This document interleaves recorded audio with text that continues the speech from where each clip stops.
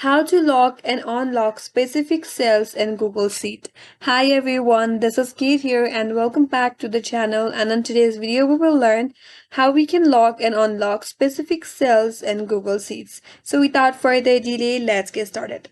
For that, first of all, you have to select these cells. Once you're done with that, right click on your mouse. Here, scroll down a bit, and here you have option as show more sale action, and here you could go to protect reads. If not, you could directly head over to the data at the top, and here you have an option as a protect. So search for the option as protect seats and ranges, click on it.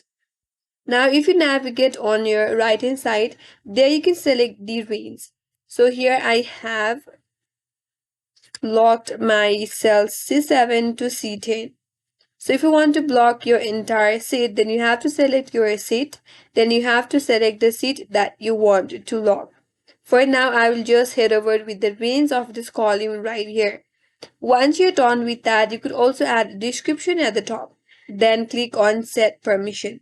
Now, in order to lock your cells, select the second option that says restrict who can edit this range. Click on this drop down, and here you can select only you. But if you want to add some other custom accounts, then you could also do that by selecting the second option. But to lock it only from you, then click on only you, click on done. And with that, now you have locked these cells, and if someone else try to edit these cells, they will not be able to change these cells under these sets. So that's the way to lock your specific cells in the Google Sheet. But if you want to delete it, or what you have, or if you wanted to unlock it, what you can do is click on your sheet at the top, and here you have this delete range or sheet protection.